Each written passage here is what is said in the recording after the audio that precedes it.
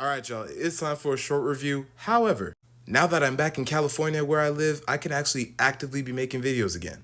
Which is good because I have a lot to say. But without further ado, this is going to be One Piece Chapter 1171 Short Review. And I mean, where else can we start besides the aftermath of that crazy battle? In-universe Loki gassed from Lord Ja, by the way. But of course, everybody's just thankful that they were able to stop him because if he got away from Elbaf, the destruction that he would wreak. Then Shanks starts to think about how much of a rat his dad is because when he first got to marry Joa, you have Garling just being like, "Oh yeah, you were down there with the plebs and the useless people, but now you're here. Whatever you want, let me know, and you can just forget about your trash life before." Which, let me be clear, is crazy, but also, dub dad, I guess. And I think Shanks starts to get so mad that he starts like gripping the arm that his, Abyss mark was on and everything like that. He trying to almost take it off. To the point where Gaban is just like, listen, it's nobody's fault, the circumstances of their birth. It's more about who you are now. And I'm sorry, after this, Gaban is my go. I don't even care about Roger.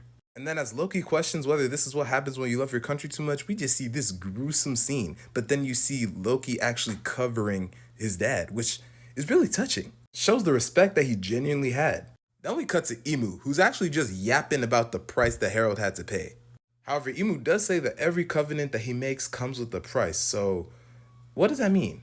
I couldn't tell if he was being literal or not, but my idea is that every time he makes a covenant with somebody, they kind of act like almost Voldemort's Horcruxes from Harry Potter.